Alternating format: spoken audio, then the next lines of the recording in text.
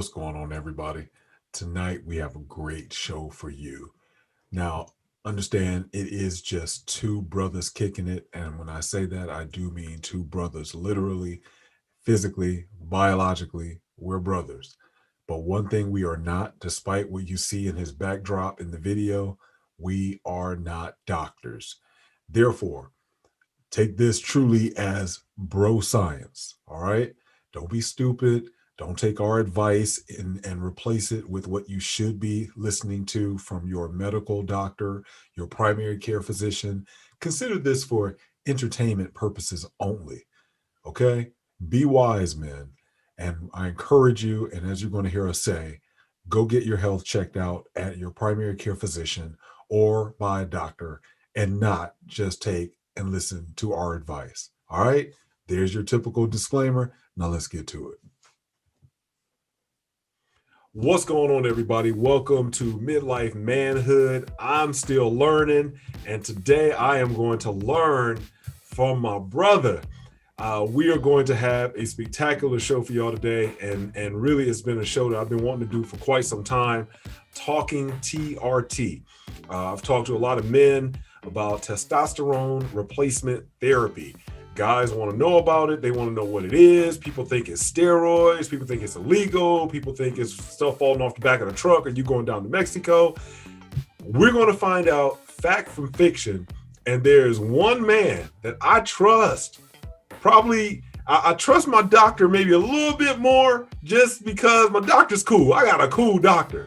But brother, you know you are number two. Matter of fact, I'm gonna put you as 1A because if the doctor's off, I'm still gonna come to you and ask you, all right, is the doctor right on this? So other than that, y'all, this is the biggest authority I could come. I had to come to my brother to talk TRT.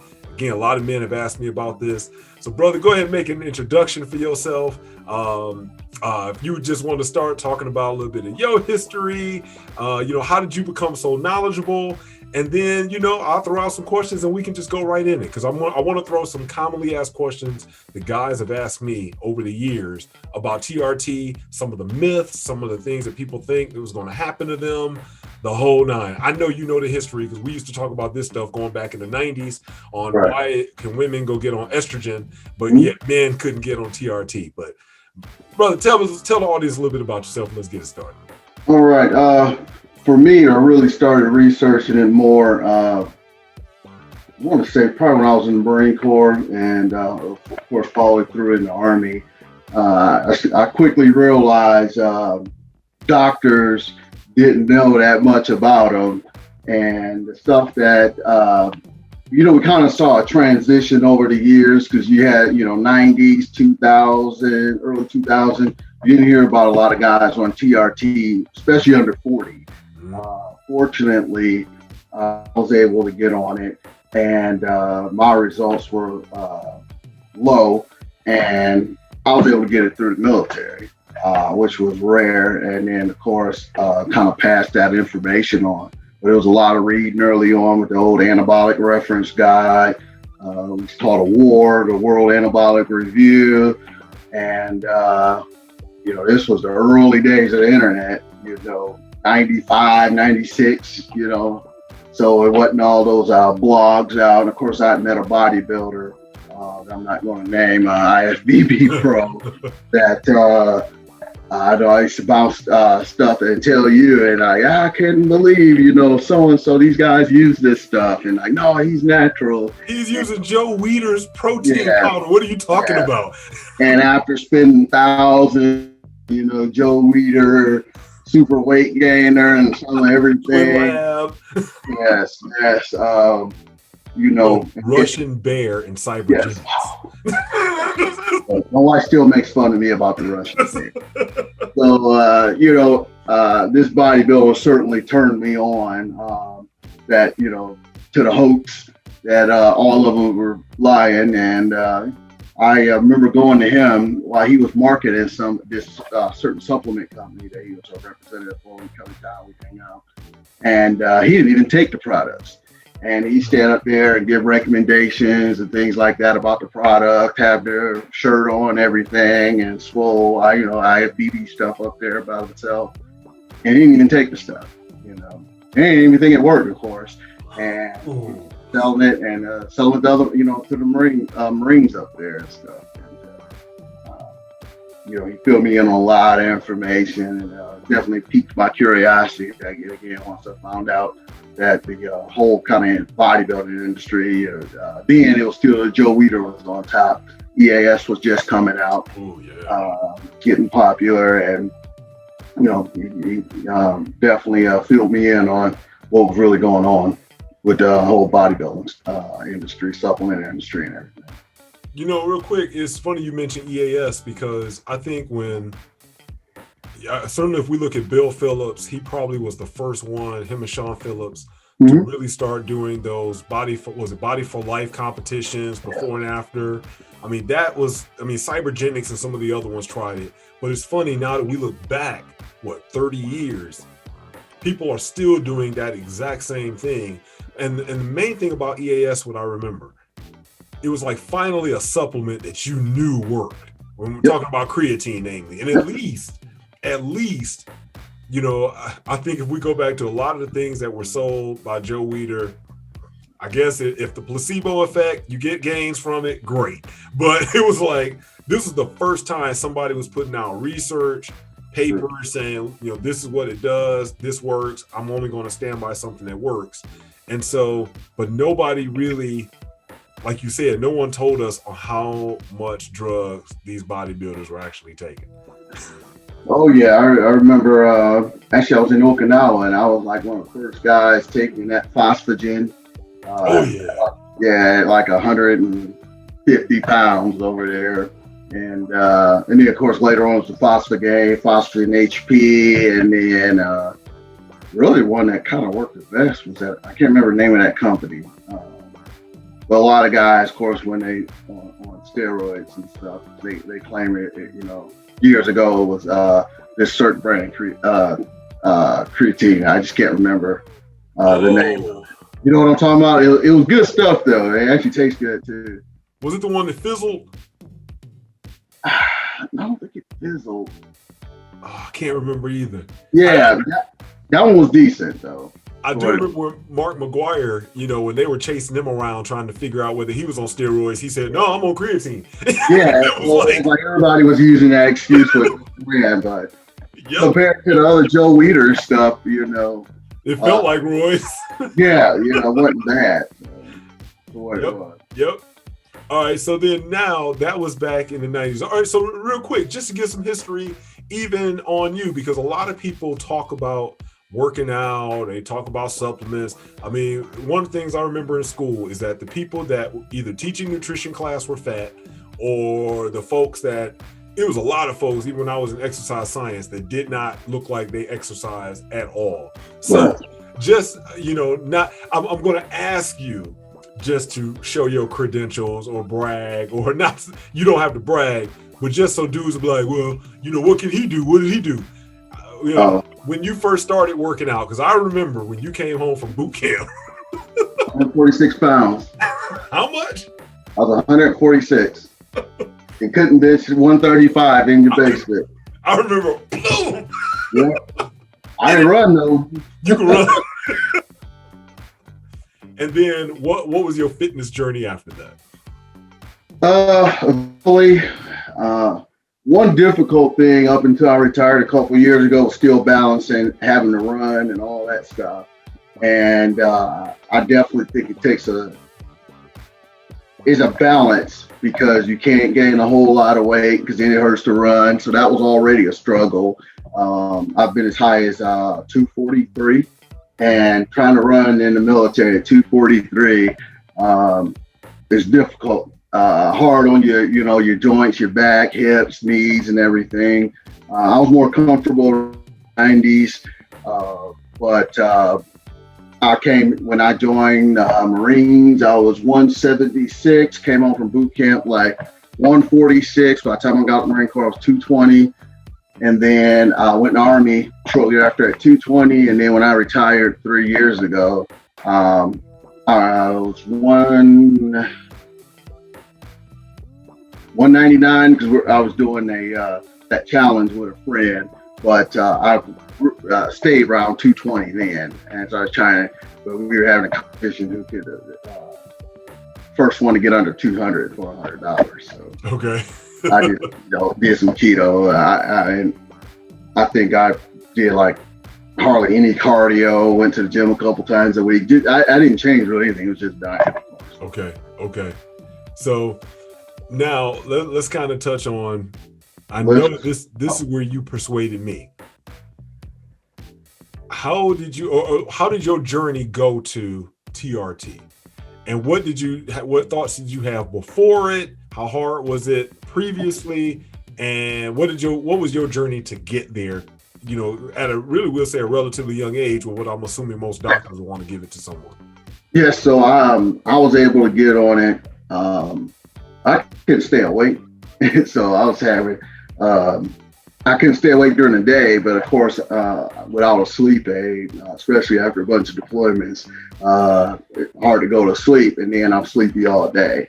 And unexpectedly, a doctor actually did the sleep study and diagnosed with sleep apnea, but he also did labs. And of course, my test levels were low, but that was all due to the prior use of prohormones and stuff I recently discovered. Just for the audience, what are prohormones? Okay, so then before the Designer Steroid Act got approved, as you see, I'm going to share the screen here. This is the Designer is a Controlled Substance Act of 2014. And here it is on congress.gov,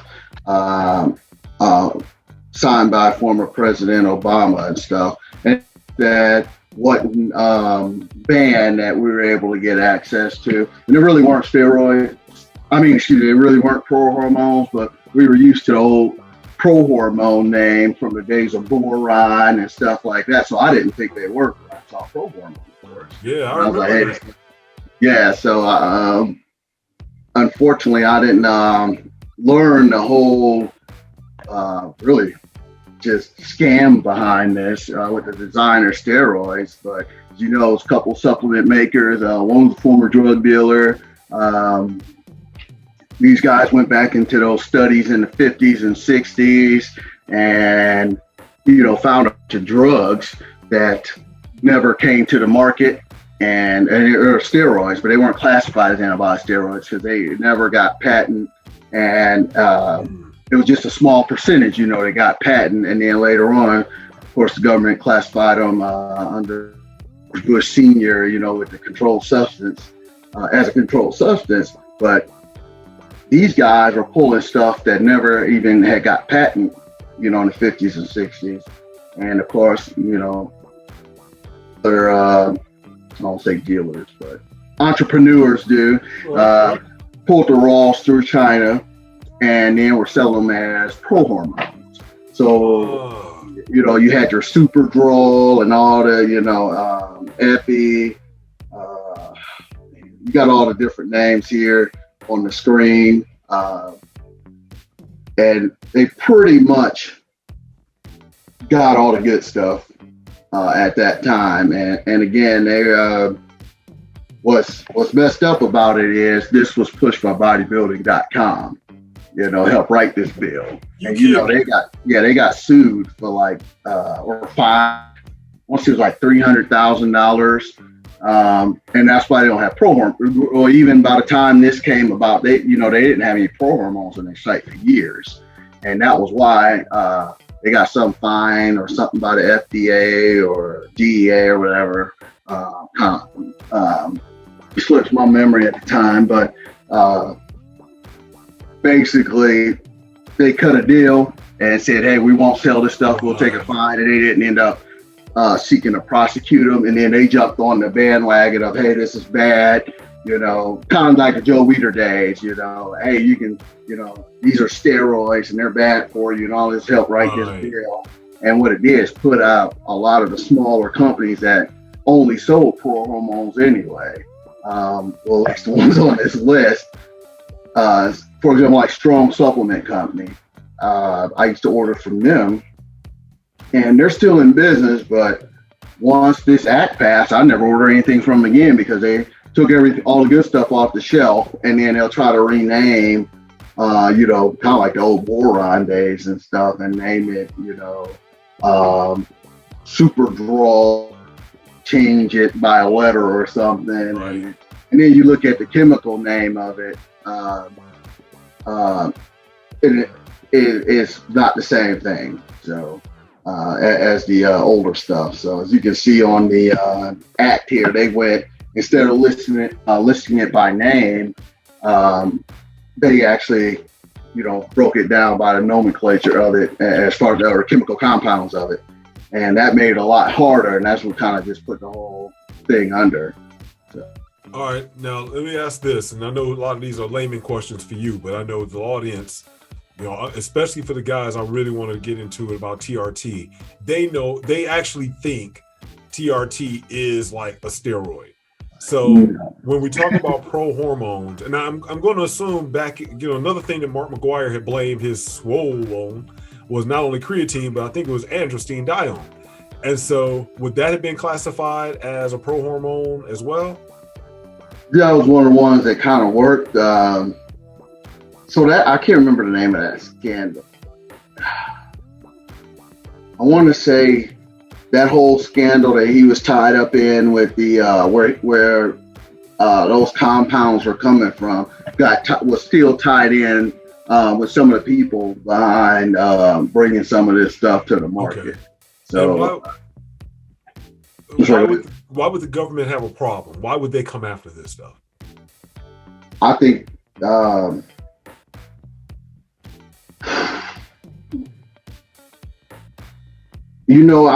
Some of this stuff, I don't want to say it might have been directly tied to the opioid, epidemic and everything, but kind of when this went through 7 years ago, they're still doing, so it doesn't matter, but, they would change the name and the compound on a couple of these research chemicals or whatever guys would, or people would order online. And it's basically like a synthetic, you had like a copy of different popular street drugs. Okay. So from,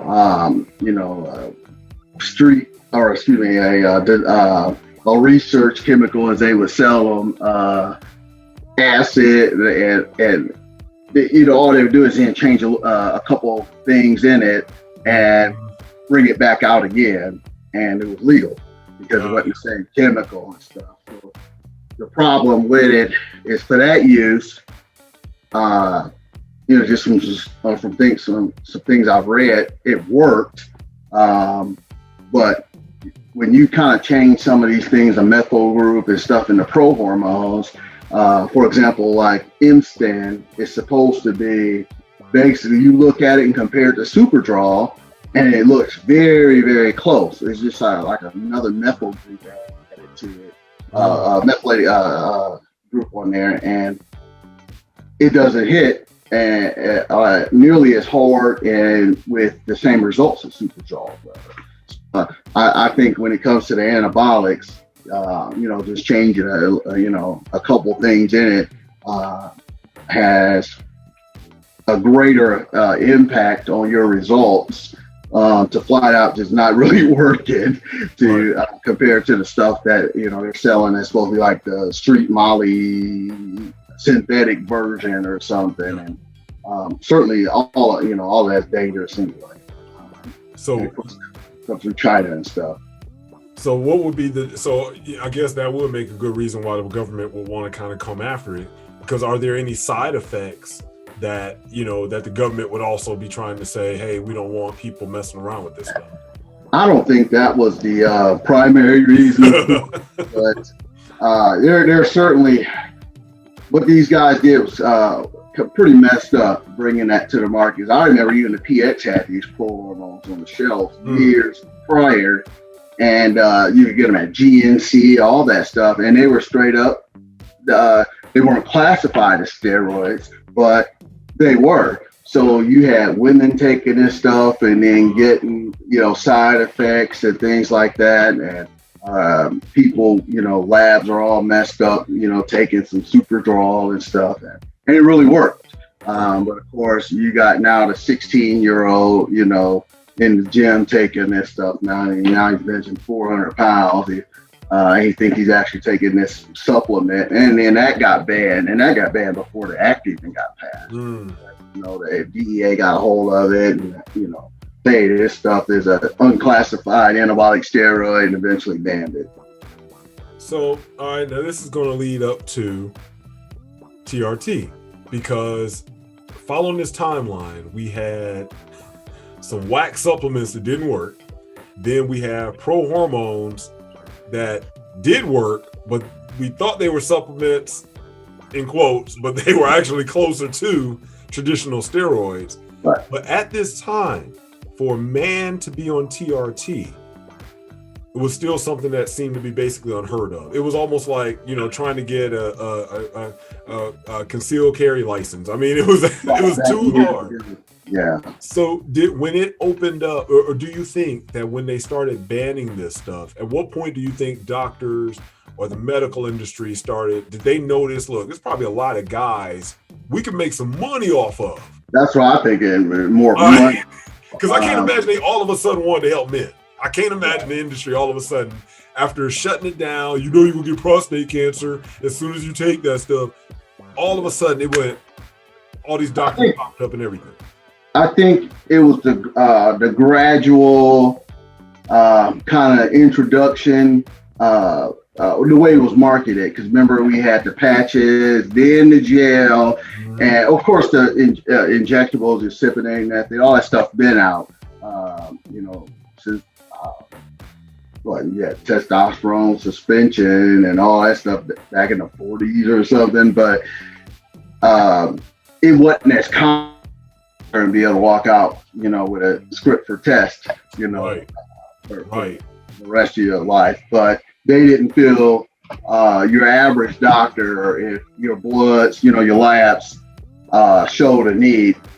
It's almost like they didn't look at the patch as steroids, or the gel as steroids. And then over the last decade, with your TRT, or not TRT, but like we got a weight loss clinic down the road now that's offering the TRT, but of course the phentermine, which these get, which is like your low dose of meth, the chemical compound, it's some speed, basically, your phentermine, and then, but for weight loss, and that's a scheduled drug and everything. But now they're offering the TRT, and I was surprised to see that. They do the B12. So you have these clinics out there, and it's just, I think the stigma with TRT, I don't really even think kind of looked at as anabolic steroids in a sense. But I definitely don't think we could have jumped straight to the injections, and the Cypionate and getting them at these places now without that kind of stigma wearing off. Because even my doctor has, he's kind of older still, in his 60s. I think he still has that older mentality that steroids are bad for you. But I had already came there with a prescription, active prescription, everything from active duty. So when I transitioned over, he just printed out some stuff, brought it to me about all these lawsuits with the different jails and stuff, which did matter because they would only prescribe Cypionate anyways, which I was very happy for instead of the gel. To get off the Fortesta, which I have here, I had this for years. Oh, it's like, I think the background is interfering. All right, there we go. It's coming. Back a little bit. There we go, right there. Yeah. Okay. So this was, the 4 pumps minimum, and usually these doctors won't want to give them a minimum. Everyone has prescribed me the absolute minimum dose, didn't follow up on my labs to see if it brought them up. That's a whole nother video. But they eventually switched me to the testosterone cypionate. There we go. All right. That looks like mine. Yes. And these come in the single use vials here. Okay. So these are prescribed for me. They only want to give 200 milligrams or 1 cc every 2 weeks, 1 milliliter every 2 weeks. I think that's too low, but when I brought up, of course, increasing it without any question about my labs, check anything. I had a woman doctor at the time, and her immediate answer was no. It's just no. And mind you, my labs already were low at the time. So she even supposed to be on the cypionate. So that's why I thought when I had a more recent lab work, and it still showed low, like in the 400s at the time. But that's because it never have, when I've taken the routine lab work through the year, I think my doctor had to do it once or twice a year. I have to have labs in there or they won't renew my prescription. So he does 5 and then that'll take me through. But if I don't have a current one in there, it's a year, come think of it. And they'll say, hey, I can't renew until you have current labs in there. But none of them ever say, hey, I want you to go in there, fast it, and in the morning, 7 days after your last injection, kind of hit it at half-life or whatever. They never say that. So they're looking at my labs. It could be technically the 13th day or the day after I just took an injection. They're just looking at my levels, and they were still low. Because again, it's where they catch it at when the labs are I go in for them, and never a question about when your last injection was. So it still seems like they are like, yeah, we don't know if we still want to give it to guys.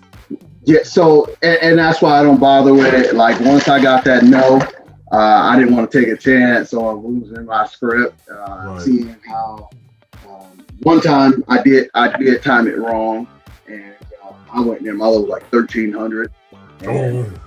They tossed it out because they were always low before that. And that's why whenever I know I'm going to do lab work, like I got an appointment in July and they're going to probably pull labs, I'm not going to, take my dose before I go in there within that 2 weeks, make sure they're low. Ironically, they never say anything when they're low. Like, hey, we need to look at this and, maybe bring you up to, 200 a week. Only time they said something is when they were at 1300, and they just chalked it up as a fluke, pretty much. And it never, that was off the chart. Normally they'll say low on the side, the notes from the lab people, and of course it said high, and the doctor brought it up that time. I don't know why they're high, right? So I was like, I just did hear a dose, but I didn't think it would be that high, but sure enough, it was. Now that was nice. So for the audience, explain the range, because that's going to take us into, I know the average guy that's going to go talk to their doctor, and I'm going to share my experience after you explain the range, because I think it's interesting. We have 2 different experiences with doctors, so I'm sure guys are going to have probably the same thing. They're going to have one like you and one like me. So can you explain the range, and then I'm going to share my experience on how I got there. So the range that I see from the labs seem to be a little lower what I commonly see online for other people.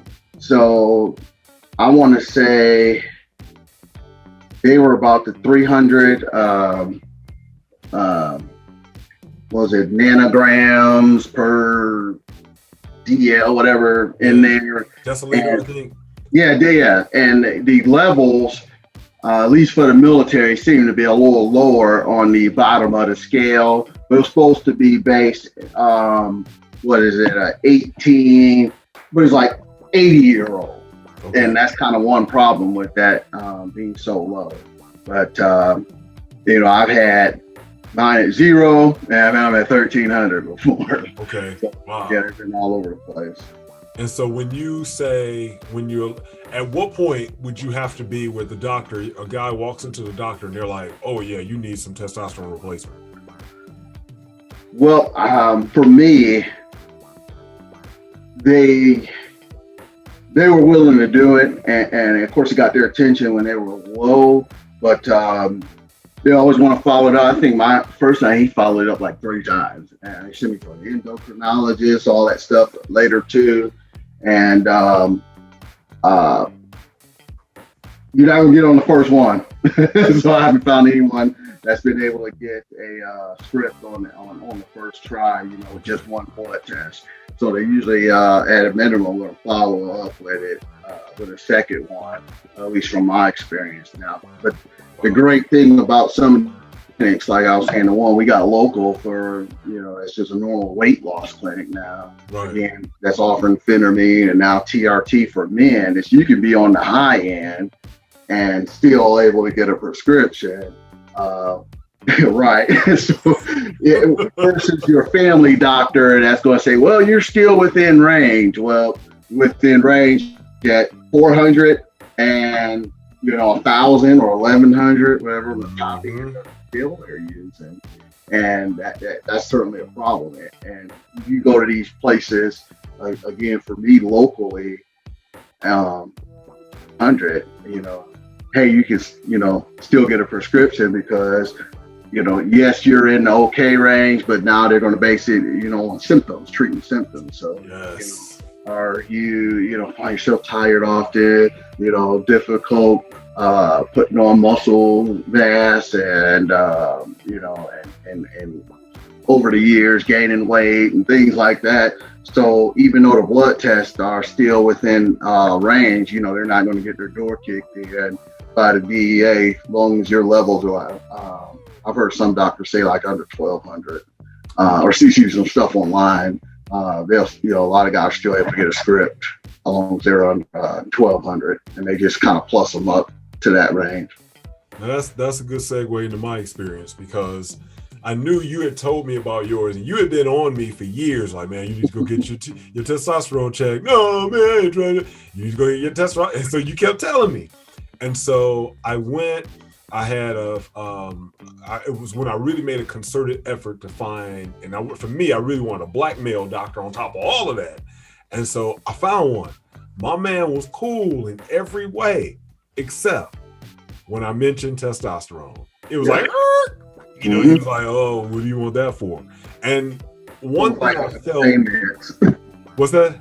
Almost like asking for pain meds nowadays too. Well, yeah, because the thing that got me, and I didn't think it was necessarily fair, and I could be wrong, but this is the reaction I got from not just him, but another doctor I'll explain in a second. It's almost like, because I worked out, I've been lifting since I was 24 years old. And I never thought I looked all that great, but my philosophy is men just need to, and I don't care what we're talking about, it can even be a woman. We just need to stand where you at, and the rest of the population comes down. So, at 25, me being middle range in shape like every other dude, my goal has always been to keep that. And so all through the years, as dudes get fat, dudes get out of shape, I'm still pounding away in the gym. So when I go to the doctors, he's looking at me, do you exercise? Yes. Do you da? And then it was almost like, oh, so you must want TRT so you can, I don't know, I guess sell it. It was like, you don't need it. And so he didn't say that, but that was how I felt. Because he was still cool. So he ran the test. I don't even know what the numbers were. His first test, he just came back and told me I was within range. And so I was like, all right, whatever. So then, we move. I go see another doctor, find this dude. I'm like, you know what? This guy, let me bring it up to him. Went and had a physical just to make sure everything was good. And then I asked him about it. He made me mad for a host of reasons. I didn't like him. But one of the reasons, same thing. He was like, ran a test. You within range. Yeah, I don't think you need that. It's like, all right. So then I remember I think I looked it up for some reason, and I went on Yelp. And of all places, I found this place downtown. And I just go see him. You know me, I'm being my normal stealth kind of self. Like, I don't know what kind of place this is. I don't want to get him all my business. They gave me this big old stack of papers to fill out. And I'm like, let me talk to y'all first. Man, I've been hooked ever since. Actually, it's been now 3 years, just over 3 years I've been on TRT. No, yeah, just over 3 years I've been on TRT. And when I walked into there, I had never felt like I was being taken care of as a man before in my life going to the doctors. Dude sat down, they asked me a ton of questions. I think I ended up spending like an hour in there on my very first visit. And oh, by the way, it was a lot cheaper than going to see these other typical primary care physicians. Right. Only difference was not only that came out of my pocket basically because I got a high deductible insurance plan, but it's still the insurance wasn't going to cover it because they did my test. I still was in range. I came in, I think it was like 547, 574, something like that. And so for my age, that time, mid to upper 40s, I was still within range. Right. But when he started asking me questions, how are you sleeping? Are you emotional? What's your appetite? How have you been? And this time asking me a question about do I work out wasn't a bad thing. He was like, okay, you work out. So how are your results compared to when you were younger? Are you finding it harder for you to lose weight? And I'm like, yeah, man, I feel like everything I do. Are you getting injured more? Yep. So he was like, all right, we're going to get you optimized. And broke it down to me. And man, I was there today. We were laughing about it. For 2 years, I went in there every Friday to get that shot. And not because I was scared of needles, but I just love the environment. I love the atmosphere because for once, as a man, I was being treated like a man going in. A lot of people say, oh, well, men don't want to go to doctors. That's why we die sooner because we often don't go until we're in trouble. And I think there's some truth because it's often how we get treated when we do go.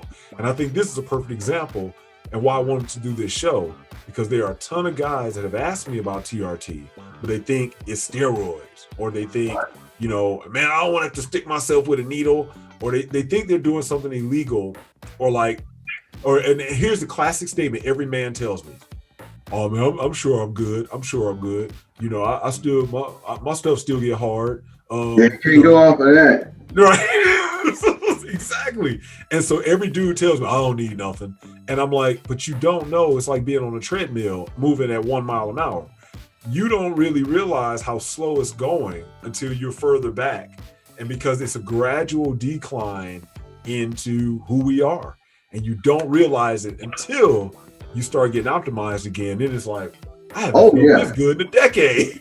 And you notice it. Couple things, man. I know I've had mine in the low 20s before, and I had no idea they were that low. I thought I would be, midway, whatever. So I felt fine, still a little tired and stuff, but I didn't think they were that low because, didn't have the sexual side effects or anything like that. And sure enough, once I even got on the gel at that low dose, I noticed it within 72 hours. Yes. I had so much more energy. I remember going out washing my truck that night on a work night at 10 o'clock because I was like, I got to burn off this energy. I wasn't used to that stuff. Yeah. Yes, it is. It's like you feel, again, you think I'm just getting old, and now we see why the old men used to eat, and then they get in the chair and they just kind of go out because you don't really want to move. And like I said, and let's be honest, most men, obviously you still had to move. You were in the military. Right. I just always like to be active and playing sports or whatever, even with the kids. But most guys aren't really worried about that unless they already have a hobby. They might play some basketball, still some softball or something. Most dudes don't realize it. So if they already aren't working out, they already aren't active. To them, they don't know what they're missing, and they just think it's just part of getting old. And you just trying to be young. Even, let's be honest, let's tell the truth, shame the devil. There's gonna be a whole lot of Christian men in the church, or whether we're talking evangelicals, or whether we're even talking whatever religion, well, why are you trying to do something your Lord didn't make for you to be running around at 40, 50, 60 years old? I mean, what would you say to that argument? I would argue with them on a biblical standpoint, because again, I'm not violating the law of the land, and I opinionated, and I would redirect them over the New Testament when Paul talks about, if not eating meat if it offends my brother, and on and on. Later on in the following into I'll paraphrase, but not doing something in faith is a sin, as well. So he talks about keeping that between you and the Lord, though, those things, and not causing your brother to stumble and all that. So the way I look at it is if I can do it with a clear conscience, I'm not violating the laws, my wife is on board with it, which she definitely is and all. Yes. Then, wives people want their men on TRT. Right. So then they're just coming with an opinion and with no biblical support behind it. So they need to keep that between, them and the Lord. Yeah, and if that's what, they want to live by. I agree, because, I think, I don't know if it's funny because we're talking about something that actually makes you more masculine. Right. Yet these guys think that by getting it, you're being less masculine. To me, I think it's like, no, y'all have it twisted, because, first of all, even if we switched it in terms of genders, like I said a little bit earlier, women have no problem when they start getting perimenopausal or menopausal. They go to doctors. The doctors say, we're going to get you on estrogen replacement therapy. Nobody thinks anything of it. And let's be real, 100. Let's rewind the clock back for those same women 20 or 30 years, or sometimes, let's just say from their time they're 16, 15. I was just thinking birth control pills. There it is. No one, and again, we even use a bit with the religious crowd. They would still not have a problem with birth control. And that's a hormone. And for many women, it crashes their sex drive. Right. I gain weight, whatever. But it's still something that goes on in men's minds where it's like, that's cheating, or my wife going to be mad. And no, from what I've understood, listened to a lot of shows on this, the women actually want the men to go get their testosterone checked, because your wife don't want to sit around and watch you being lazy on the couch. She wants you to be a man and get up and fix stuff. Or she wants to feel like if somebody breaking into this house, my man gonna do it. He not gonna be crying with me. Oh God, I don't feel like it. And they don't like seeing us like that. And yet, so dudes just be like, I just don't know. I think that, especially at our age group, of course, so I got on in my later 30s, definitely before the male menopause, as we hear about. I know some people deny it, but there's something behind when those testosterone levels really drop, and you're not getting results like you were 20 years ago. And again, like you're saying, a woman could go to a doctor and get help for that. For me, I know being on it, even in the later 30s, again, I noticed it within 72 hours. My wife is a fan of it. She has no issues with it, because again, that I was legitimately tired, especially after working 10, 12 hours every day. And 72 hours later, I can work that same shift, and, I still got energy. I need to go in and wash the car and stuff. So, when you got all that extra energy, of course, wife, go on board with it, Yes. I mean, at the end of the day, wives more like stuff sex. done. They want stuff done. They like sex. So I was say, get in the house, you whack something else. Exactly. Exactly. I mean, let's tell the truth. And here's what I also found. And there's a woman said this on a particular show. If anything, it also encourages the woman to then go get her hormones optimized. Because if she has never thought about it, because she's like, well, I'm just old and I just don't feel like it. I'm in perimenopause and blah, blah, blah. now it's like, okay, it's something that she can go do about it. Because let's be honest, she wants to keep up with you. Or at least it should be that way. If she don't, then that's a whole nother topic of conversation. But I think, me, I'm always have a problem with dudes being scared to do something because their wife gonna be upset. Right. But I have heard a lot of men that was a big thing. It's like, or then I'll say this, maybe it's an excuse. They scared of needles. They don't really want to go to the doctor, so they just blame it's the out. My wife gonna trip if I start taking something like that. It comes back down to what you're doing here, education, and things that I've had these conversations, the same ones that we've had, and they went and got on TRT, didn't know what they were doing, just kind of got a quick period of instruction from the doctor, and they're showing me this needle, and I'm like, hey, what are you doing? I was like, he was talking about painful injections were. Right. So so mine, right? You have these, right? I don't know if you can see it, but this is a 3 milliliter syringe, and when mine come in the mail, right? Because all this comes in. It also has. I don't have a smaller, the larger one, but as you can see here, it's not very large. Let's see it, this needle here. How big is that one? This is like a 1 inch.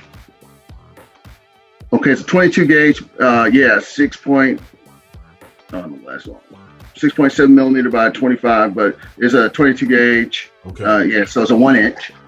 Now, this one is like, it's the same thing, right? Already attached, either Walgreens, you can get them, whatever, as well, depending on your state. Obviously, if where I'm at, I don't have to have a prescription. One time I was asked and I brought it back, but it wasn't a requirement by law. It was up to the pharmacist. Okay. But anyway, so the one I was showing you with no needle on the actual syringe, it would come, when I would get mine in the mail, it would have these, and then it would only have 2 1.5 inch needles.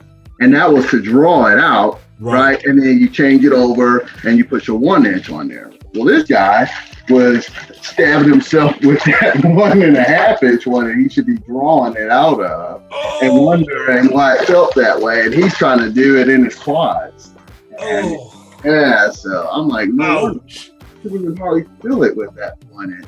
And he was like, man, these things are long and everything. And I'm like, that don't make sense. And then realized when I eventually switched doctors, everything, healthcare system, and they switched me from the jail to Sympionate. That's how they said it as well, with the 1.5 to draw it out and 1 inch to do your injections with. I mean, again, why send somebody home? And again, and this is why we're doing this show, because I remember looking stuff up my own self, and we know it's always dangerous to go to Dr. Google or Dr. YouTube, but it's sad that you have to, because your doc may not tell you what to do. Man, I can only imagine how much that hurt. So sticking himself with that big old needle, right. And I mean, I just ordered a 25 gauge needle. Only thing I didn't like about it was it's certainly, you felt it a little less than a 22, which was the normal one, but it was a lot hard. It took a lot longer to go in. And so, right. So that's where you want to use, matter of fact, the gauge on that other one, I think is 18 and a 1.5 inch. Mm-hmm. So, that's quite a bit more painful to stab yourself with an 18 gauge 1.5, but it makes drawing your oil based, your Cypionate and that thing, drawing that out initially,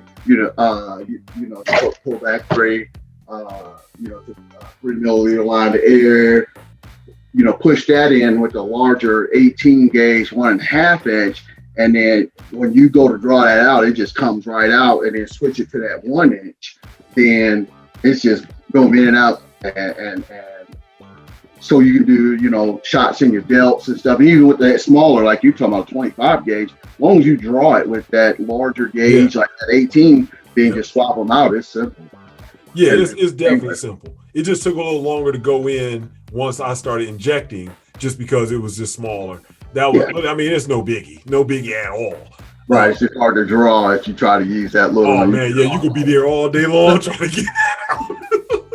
So, okay, all right, let me try to keep this in order before I get too excited. All right, so we got a guy. He's walking into the clinic. Let's take some dude. We're gonna give him a name. We'll give him a name. We'll call him Steve. Steve is going to the clinic. First, how should Steve go about finding somebody to check out his levels? If he's listening to this right now, he wants to get started. What's the first thing he should do Monday morning, or maybe right now in between till Monday morning? Well, I would say Steve needs to. That's going to be dependent on Steve's budget. Okay. For one, but if Steve has the money to pay out of pocket if need be, I would start looking up reviews, get on some Facebook groups, some forums or something, Google reviews, and kind of look at those doctors that way. Because you have some in the network where they'll do they're overpriced. I remember it was like the Increase Your T group there, and they would market a lot of their stuff, those doctors, on the bodybuilding sites. And they had doctors in their network in different states. So for me, they had before I got on TRT, they were going to send me to this doctor, and then you had to pay for everything out of pocket. They didn't take insurance. And once they did the labs and the monthly thing, they only had 2 different packages available. They were like $500 a month and like $800 to get started. And I was like, no way am I doing that. So that's why I would look up to, figure out with his insurance, what he's got to work with, what they're going to authorize. And then if he has to end up paying out of pocket, how much does he really want to spend when it comes to, you got these different clinics that are going to be cheaper. For example, like the one we have here locally for weight loss, you're going to still pay for that initial consult, you're going to pay the labs, but if you do the research, you can kind of find somewhere generally cheaper than, it might be toss-up. It might be cheaper to try to, his primary care doctor, but again, if that primary care is knowledgeable on me and gets that no, and you're almost doctor shopping then. So if he wants to knock it out quickly, he needs to kind of do the research for his area and see what other people are using. If the laws allow for those different clinics, again, like maybe a weight loss clinic, if it's an option, or maybe it's, just seeing PCM might be a better option if they're on board with it. I can say in terms of price, me going outside of my insurance, I want to say the initial consult was probably with everything, blood work, the whole nine, probably closer to $300 out of my pocket to get started. Yep. And see, I never paid a dime for anything. However, I'm restricted again where I'm not even getting an increase. It's kind of mismanaged. At least I feel that way with the dosage. And they're not going to dare prescribe any kind of anti-estrogen or kind of blocker or anything, or any kind of, HCG. And that's the advantage of going to the clinics, at some of these clinics as well, because I know here they offer HCG as well. Yeah, mine does as well. And I think I now understand, after kind of researching on stuff on the medical industry, how janky the insurance companies, how just the stuff they do.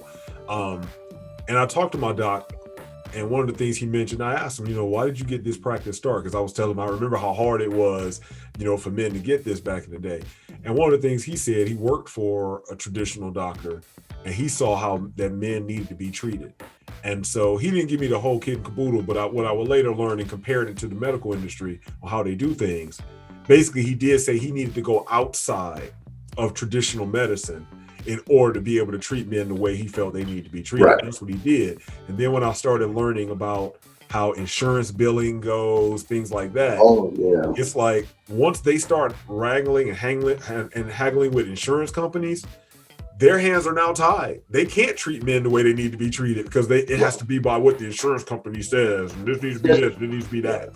So you try to pay for your Cypionate, yes. and then also pay for some HCG, and they're like, HCG, you know, is he pregnant? You know, right. So you know, yeah, they're not going to cover that, and that's where it goes back to the budget again, where it may be more cost effective if he has Steve has a PCM that's willing to, you know, send his testosterone Cypionate to the house. We'll give him 200 milligrams, you know, up to 200 milligrams a week, whatever, and that may be a better from a price standpoint than and like I said, like for me, and I have to pay anything compared to paying $300 a month or some of these other right.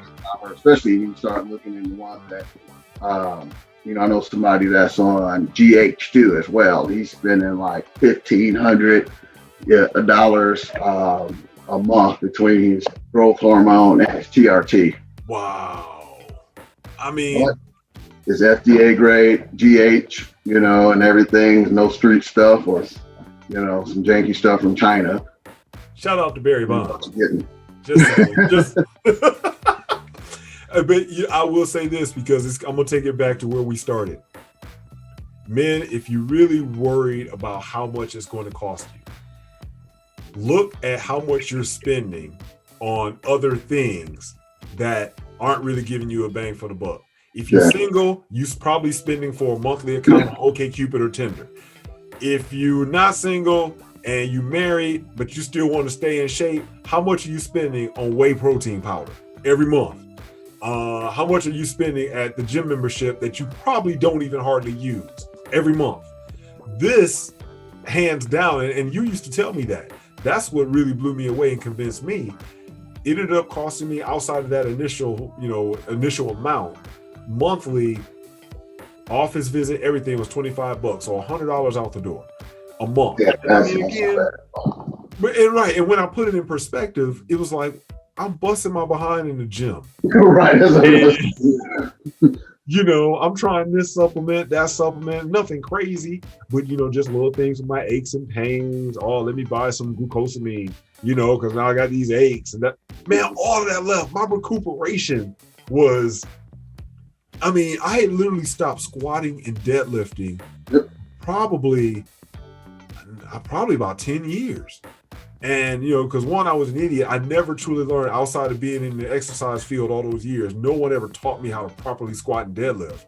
And then secondly, it was like I couldn't recuperate from it. If I did do it heavy, I couldn't recover. My back was hurting me. Then I'm spending money going to a chiropractor. So at the end of the day, even $100 a month on TRT, when I look at the overall benefit of it, I still came out ahead. Big time. Not to mention I wasn't emotional. I felt clear working the whole night. So that's why I was going to say quality of life benefits. You know, you don't have that cloudy, you know, feeling it throughout the day. I just felt more focused, energetic. Again, the sexual side certainly has its benefits as well. And I know it's going to sound like some bro science. I hate to even say it online. But you know, bro science is on the money. You know, it almost seems like, you know, like the old pheromones, you know, stuff people, some people believe in. But man, it's like this test. Maybe it's because your confidence is boosted too, and again, you're thinking more clearly. You don't have the brain fog and stuff. But it just seemed to really, I'll say, draw the wife in. You know, it's when I even went to jail, I was like, man, this thing getting off pheromones or something, because here she comes. I have heard this mentioned from different sources, so I'm going to first say I do not have, I can't give a reference for the research, but I've heard this often quoted, that yes, a woman can smell a man's testosterone I, level. I believe it. I do too. So, I do as I've well. never seen the studies, but yeah. Yep, because they said, not that she can be like, oh, you at an 800, oh, you must be at a 200, but a man with higher testosterone level, and it makes sense that what he gives off, I guess the higher levels, it is kind of a pheromone thing. And I think, like you said, I wonder what happens with our voice. Again, we're not as emotional, and that's going to be shown because we know most communication is what we make it our nonverbal communication. So I'm sure when things are said, are we looking like, kind of had that stoic, I'm not going to let this bother me kind of attitude, or do we more confident? My feelings, right? Not all over the place emotionally. Yes. So that's worth $100 easy, right? Just from that. Now it's cheaper because I'm not even going to the office to get shot up. I finally stopped making the trip, and it was almost an hour drive for me to go down there, but I love going so much. I work from home, so it was my day to get out the house anyway. But then when I started doing it at home myself, the cost was even cheaper. But I think the other side benefit for guys as well, there are men who just don't go to the doctors, especially I think dudes probably over 60. They just don't want to go to the doctors. But the good part about this, like you mentioned earlier, you have to get your blood work done. I mean, because any reputable clinic is going to want you to come back at least every 6 months or so just to make sure.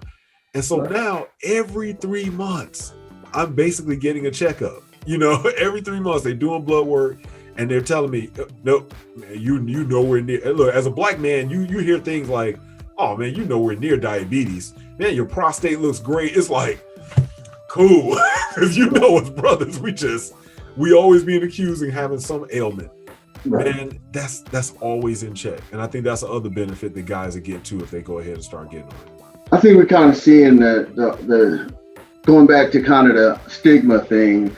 I just kind of thought about it. It kind of reminds me of the what we're seeing with medical marijuana now. Ooh. And that stigma, because remember during the 80s, they were pushing it hard. You look at some of the old video or commercials or different things where they would talk about this with drugs or Nancy Reagan and war on drugs, like marijuana was worse than it was a gateway and it was a hard drug and, it would lead to all kind of other stuff. And now, you got places like Michigan and other states where states legalized it, and I kind of see that same transition with the TRT stuff. Because again, you had the 80s where early 90s steroids were bad, make you crazy, roid rage. And I remember watching a Lifetime movie, and it showed, you still see these every now and then on the older movies,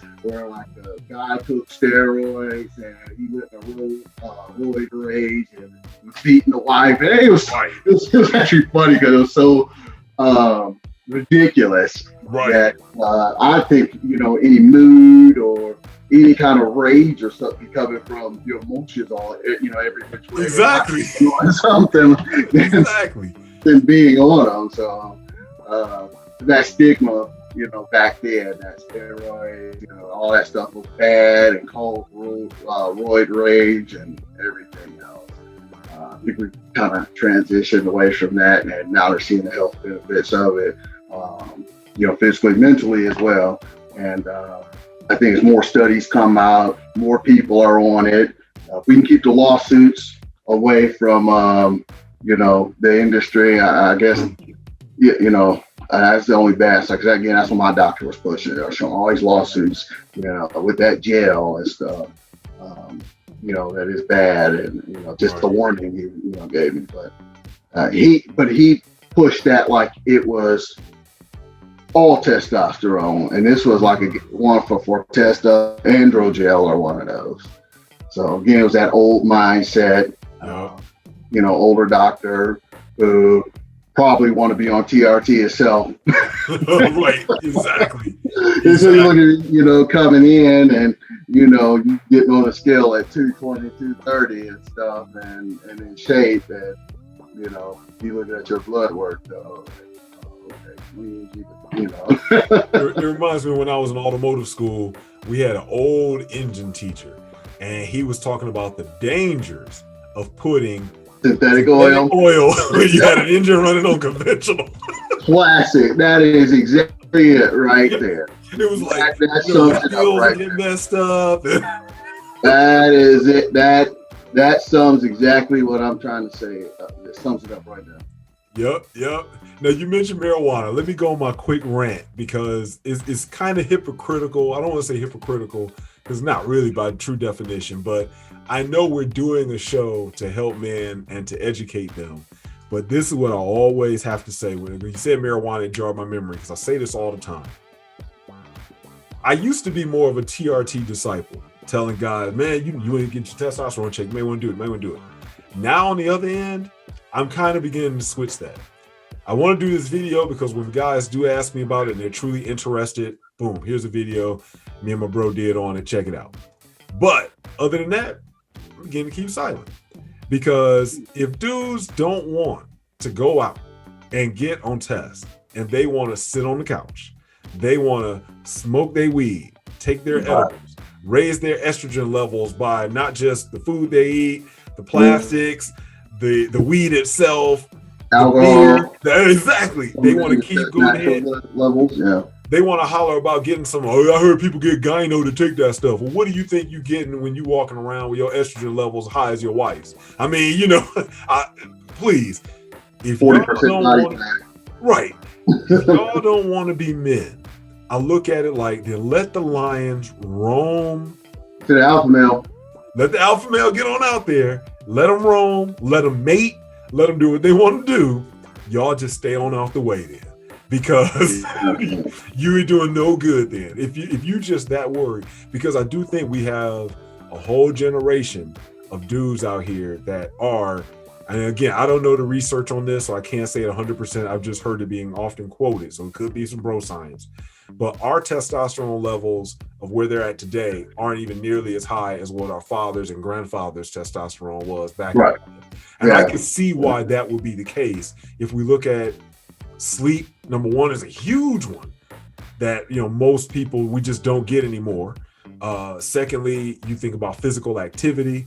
I mean, our grandfather was in World War II at a pretty old age. When I look back, I was like, man, he was that old, when he was in Okinawa. And so when you see those things, it's like, dudes, I can see their estrogen levels. I can see why. Their estrogen levels are probably higher and their testosterone levels are a lot lower in this generation. It's going to be worse with each one that comes out. And then you also have a society that encourages them to be more emotional. So y'all don't want to use, hey, don't take this as somebody pushing you to do it. I'm cool with having less competition. If you want me and my bro around your wife or whoever, and she we know those pheromones we just scoot closer and don't be right. You know how you be somewhere and or you take a plane trip and the dude come up and see you and he's like, I'll sit next to him, because he don't want to sit next to you. Hey, as they say, don't be mad, bro. Don't be mad. So let me just ask you a couple of other quick questions before we wrap up that I know some guys have asked me about. If guys do not want to inject themselves, what are some of the options that they may have? I would say, are they stuck? But that'd be too much of a pun there. I can't say what I want to say. Ride it on this dry race board? No. There's absolutely no reason not to stick yourself. I mean, I've heard it all too. It's completely ridiculous. It's not like we're talking about, stabbing himself with some scissors or something. Old Gilligan's Island needles. Man, this is what we're talking about here. Yeah. This is not very difficult. Yeah. And I know I've only stuck myself in my glute. I've seen dudes do it on their delt, quads. Right. And especially if you use stocks. This 1 inch, this ain't gonna sound right, but when I stick myself in the hip area, buttocks with this, it goes in so easy into the muscle that I often will press harder because it doesn't feel like I want to make sure it's all the way in there because Right. you don't hardly feel it. So, so I'll make sure I'm in the mirror so so I can see properly because again, it go in so easy and everything else. And I even thought about going to the 1.5, but to steal the 22 gauge to get deeper in there.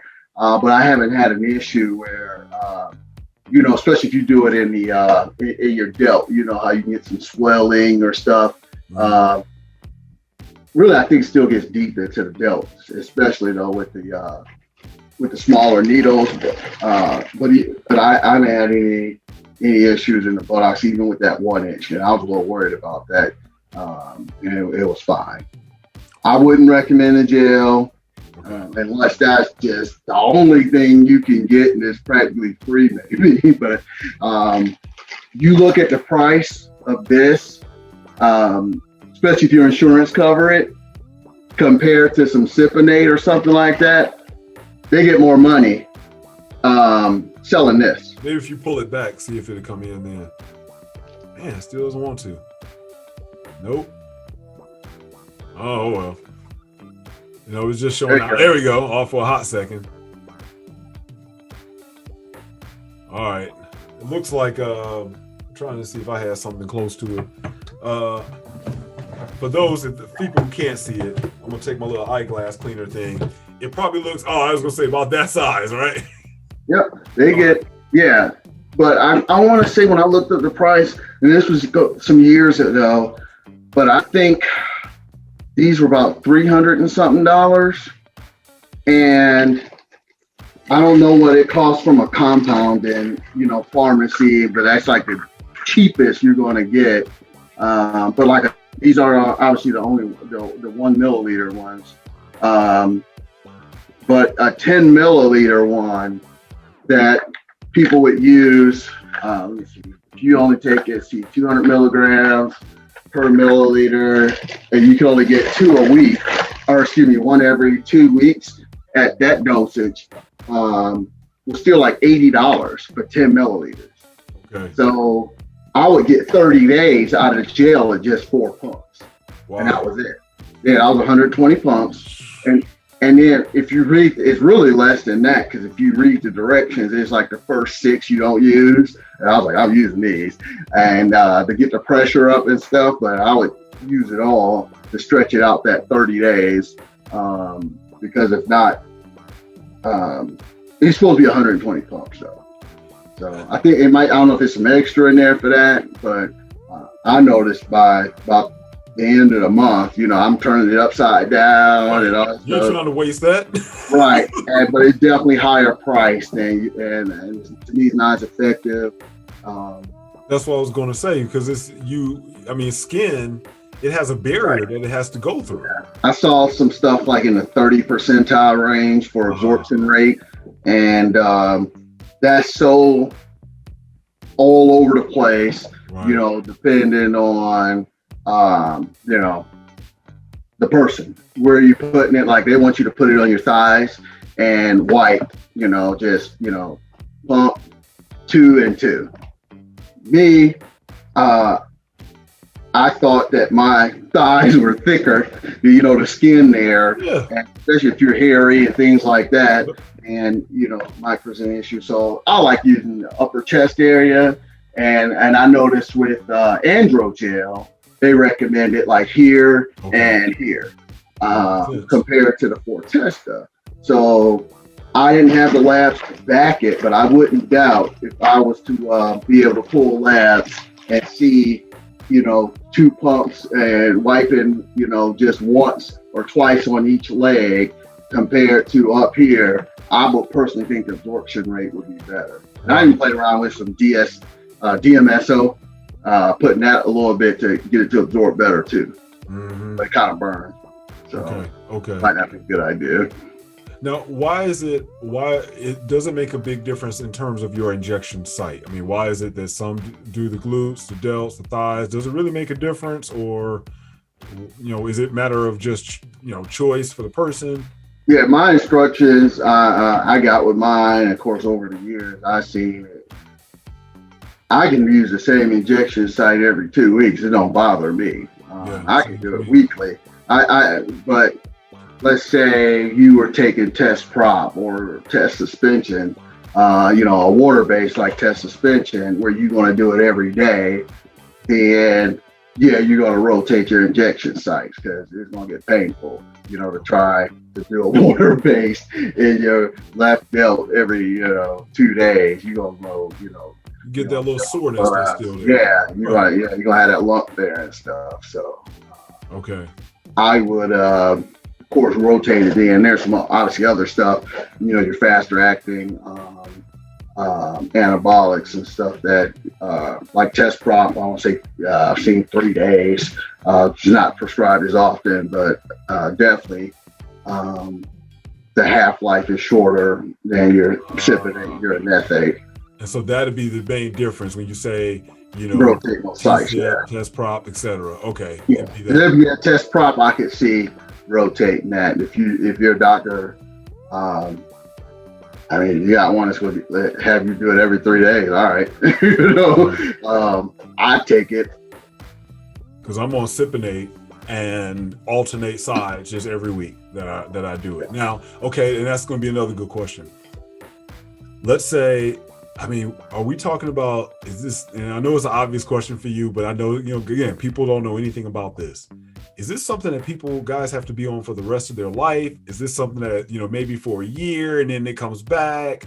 How long should they be on this? All right. So this is where all that bro science go out the window and that old steroid PCT garbage and with the Prohormones and all that stuff goes out the window. I personally think once you start it and you had a medical reason to get it, you're not going to take TRT and all of a sudden that 6 months, get off of it and then you're back, you're healed and now you're permanently over 1,000. You don't need, testosterone or no, it's going to suppress it even worse for a while. And the real things, that's where the HCG comes in and things like that. It really, again, depends on the doctor. You might have one that's, okay with doing Clomid and HCG and all that stuff first, and to get your natural levels going. I've had HCG before, and it is noticeable with the testicles rebounding for sure. Really? However, trying to get a doctor to prescribe that often is a challenge, again, without going to one of those clinics that are offering. I found one here that I'm going to try to go to, but I know I have to argue with the TRT stuff. Right. That they're going to try to sell me. I'm going to explain to them that I get it for free and all this stuff, and through my provider. So I'm just interested in the HCG portion. My doctor's not going to do that. Okay. With the HCG to maintain testicular size and function and things, I certainly wouldn't have a problem staying on it permanently, because there's really no point of getting off of it because I'm going to be low. One, you're going to crash, right? So all the stuff that impacted you, that got you on testosterone, is going to be way worse because you're going to be even lower until your natural levels kick back in. You don't have How long might that take? It depends on the person. For me, I found, what was that? There are a couple different, I personally like HCG, but there's some other compounds that help it rebound quicker. I don't see the point of quitting and you're not getting HCG to get a jump start or something. That's going to be miserable. Guys do it. And there's really no point at therapeutic dosages to cycle it like you're on a high, dose anabolic cycle, stacking different compounds and giving your body a break.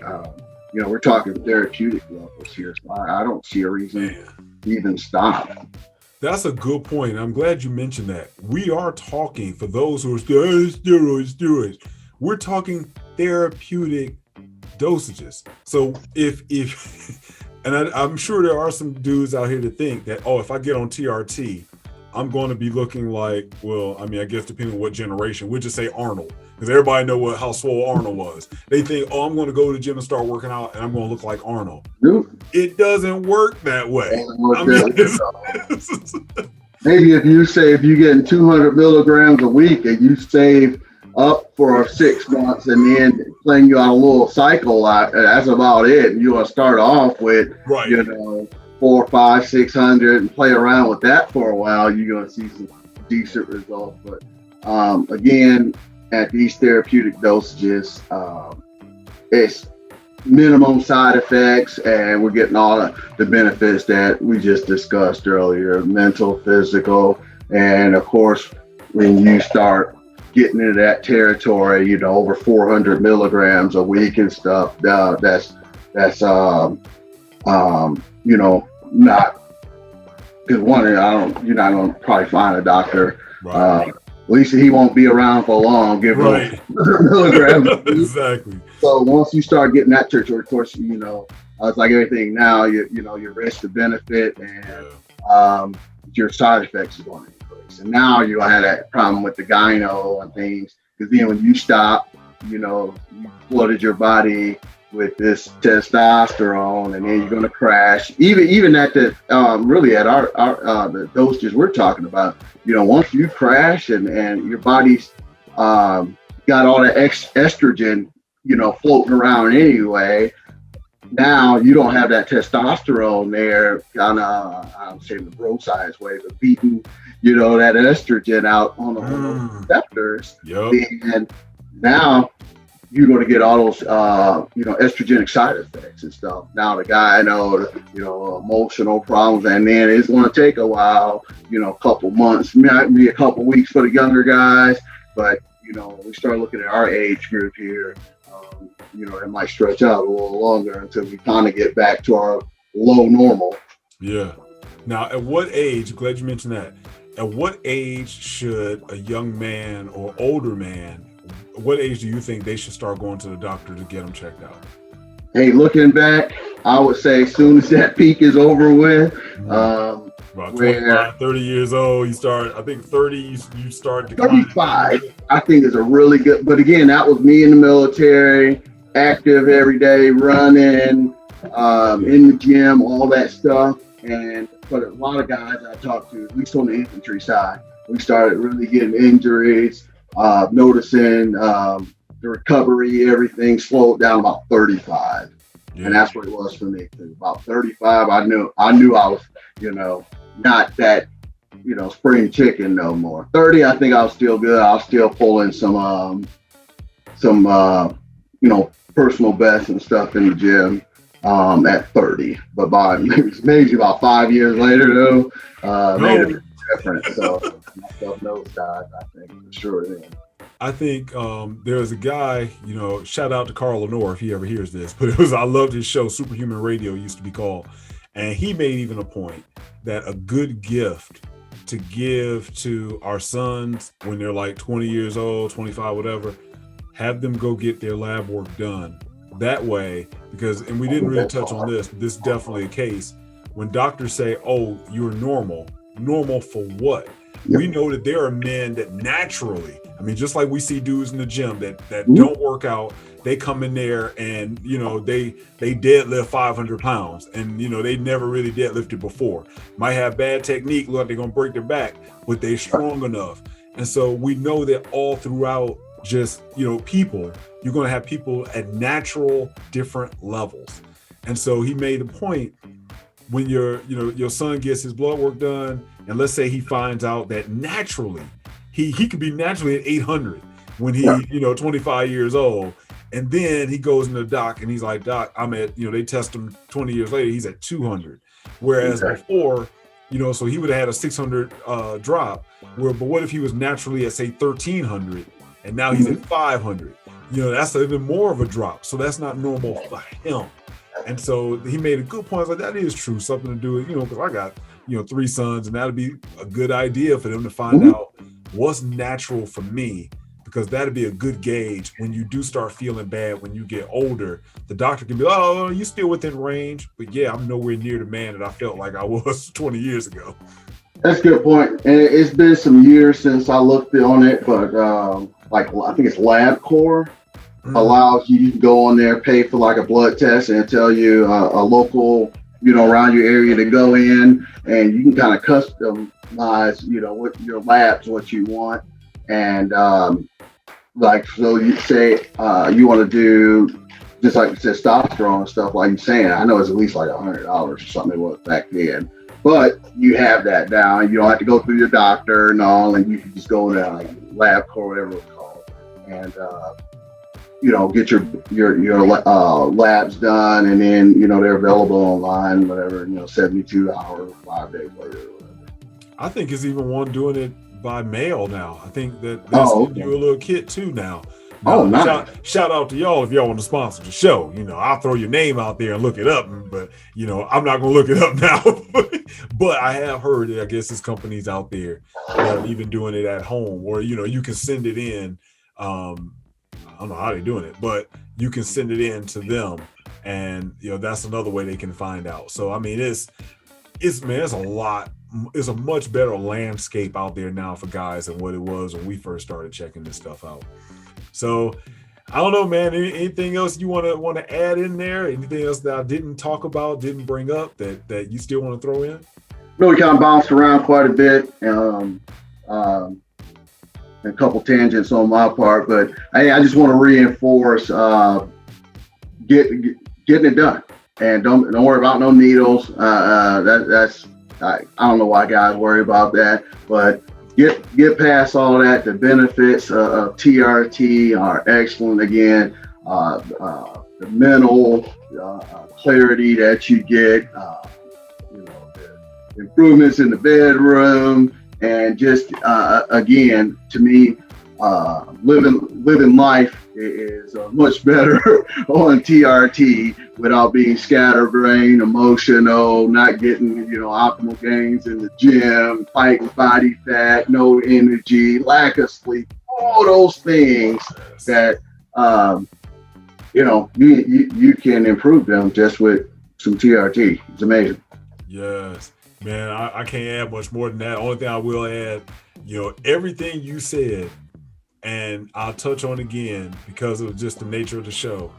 Your wife and your kids, and even anybody that deals with you, even probably your coworkers, especially when everybody goes to start working back in the office or whatever, they would want you to be a much stable man. Your kids is nothing more enjoyable, and this, than to get out there and still be able to play ball with your kids. I know you spar with your son. Yeah. I mean, all of that, instead of being like, I can't move, I can't move. Right. And I'll always go back to when we moved and I was leaving, Michigan, and I had a hard time finding guys that could help me move because already dudes in their 40s, mid 40s were too broken down.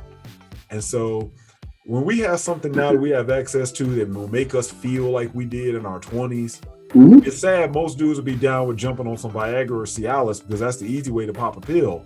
Right. And, and then they feel like, I got it going on for a few hours. But it's all overall quality of life. And I'm with you, man. I'm, again, times two. You can do both. Life changes. You can do your test and pop your Viagra or that's true. Cialis. And they usually don't have a problem prescribing it once you're on the TRT. Yes. So I know I did. I get both. I get the VA send my little 4, 5 pills in the mail every month and cut them in half, and they're 100 milligrams, and they go real good with the test. There you go. Exactly. The doctor that put me on for a test, matter of fact, when I was on active duty, had made that comment like, yeah, you're probably going to go through this Viagra much quicker now once the testosterone kicks in.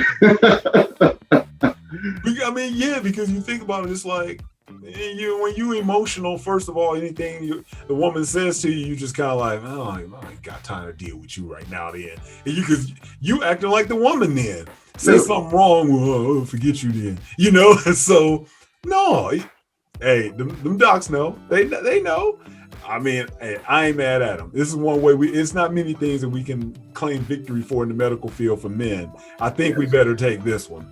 because we don't get like the 28 different options for birth control and stuff like that. So we need to hit on the birth control side of it too. Yes.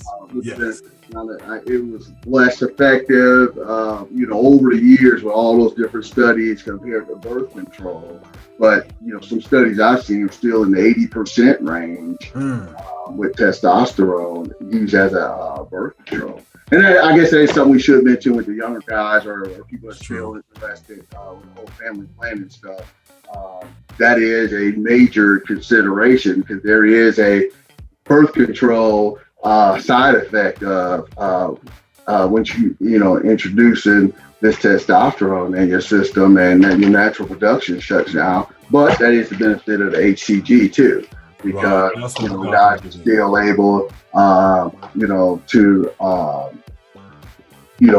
plan families, things like that. And in the younger years, on TRT, with the HCG added.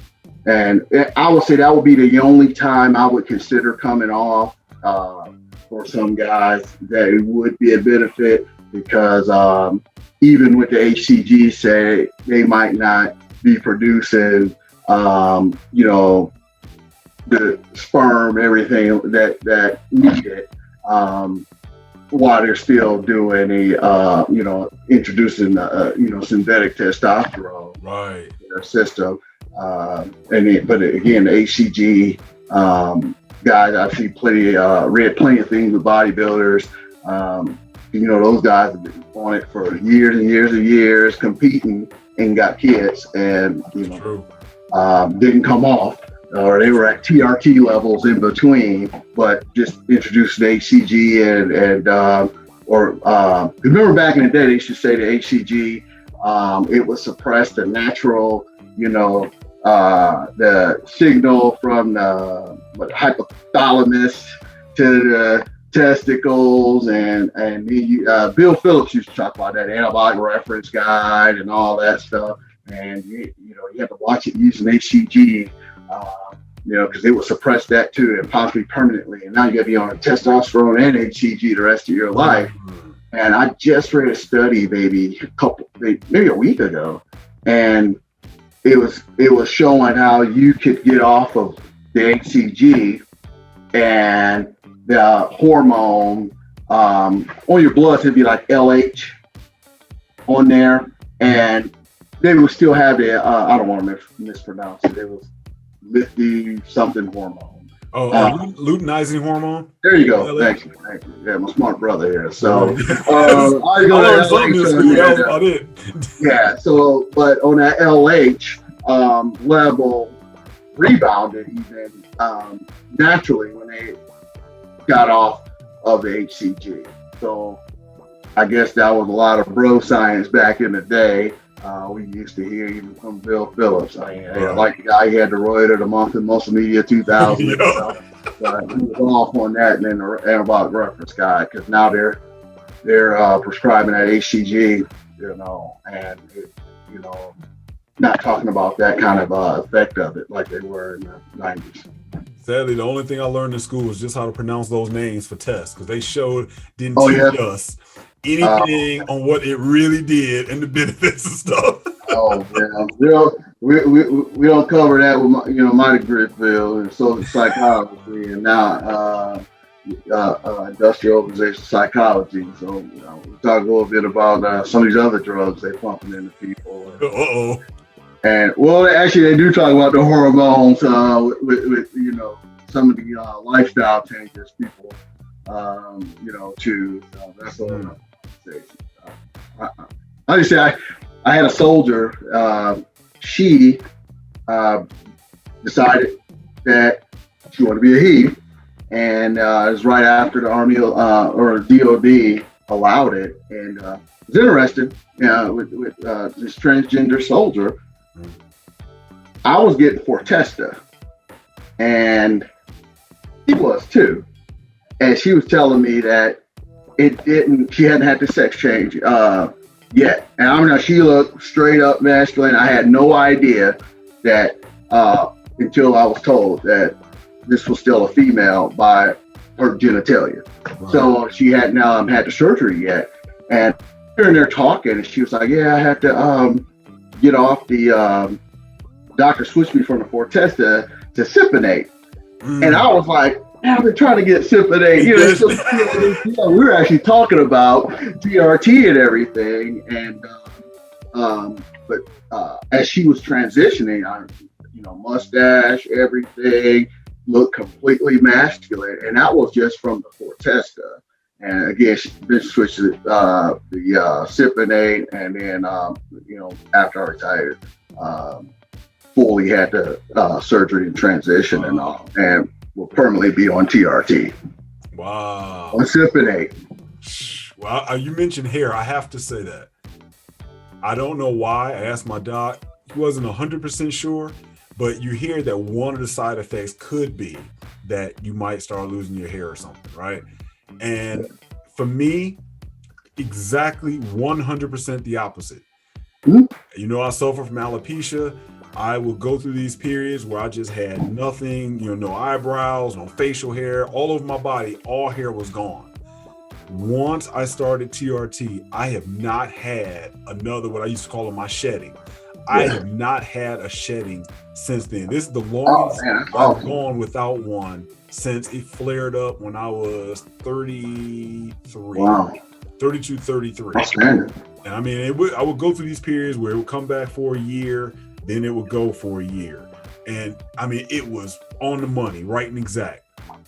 Hasn't even been close. Now I'm getting that old man thing. You start getting hair in places you don't want hair anymore. Right. And you got, yes. Yeah, exactly. So I mean, I'm willing to take that. I mean, I'm still don't have any on here, but that's just, that's a genetic thing. But I don't think that has anything to do even alopecia anymore. But I remember the older bodybuilders even years ago. Referred not Craig Tigers.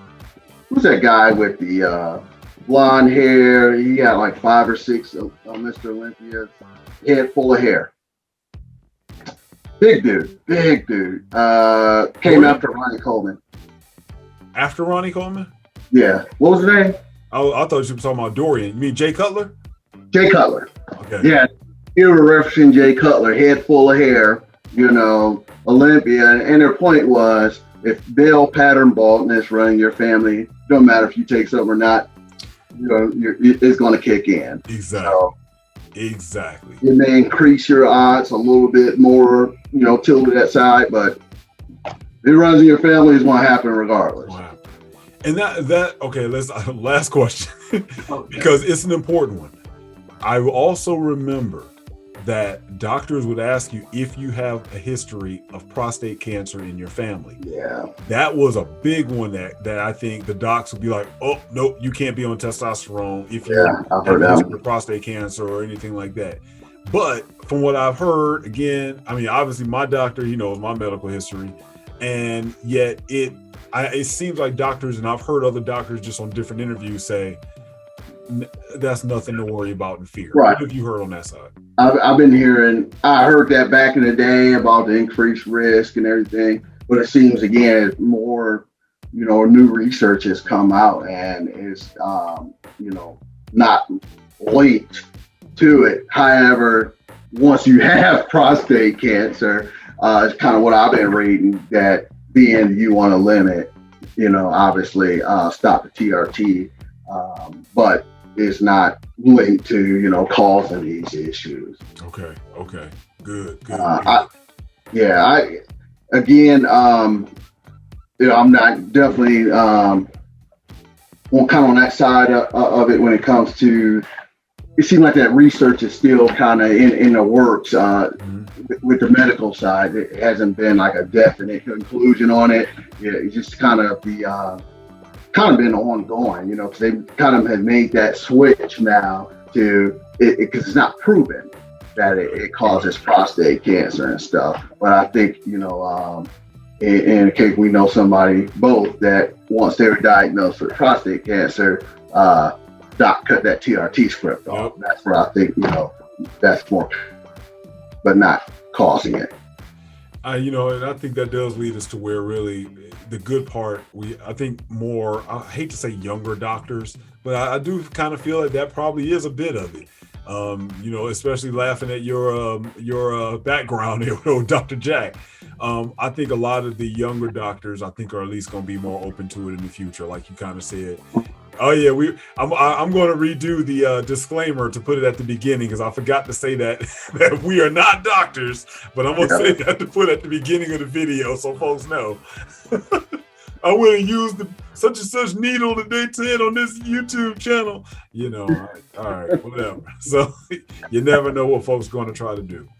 All right, man, I can't think of anything else. All I'm going to finalize and still say, guys, if you pounding away in the gym, you dieting, you know you have everything right, TRT might be the thing to really put you over the top. Because at the end of the day, if you don't have that foundation set of your hormones, you can take all the protein powder you want, you can take all the subs you want, it won't matter. And it's only going to have, we'll say, a negligible effect. And it'll actually make you lose weight because your pockets are going to be lighter because you're spending all that money, spinning your wheels. Get on TRT and then lay those things on top of it. Because if you're trying to lose some fat, as my brother said, I mean, this is the way to go. This is the way to go. So, brother, thank you, man. Thank you. Guys, send me your questions. Like and subscribe to the video below. I know every YouTuber says that, but hey, it makes a difference. And I do want some of the information out there. Like and subscribe.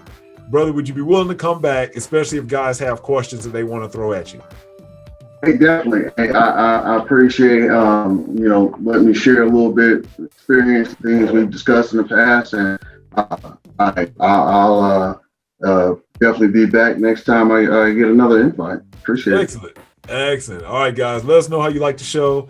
Like and subscribe. Leave your comments below. And I guess everybody say hit the notification bell when we get new vids coming out and going. And if you have any questions, just put them down in the comment section below, and there'll be some topics that we'll know to jump on for the next show. And maybe we even try to do one live or something. So, all right, brother, man, thank you. I really appreciate it, man. All righty. All right, man. I'll let you in a minute. All right. Thanks.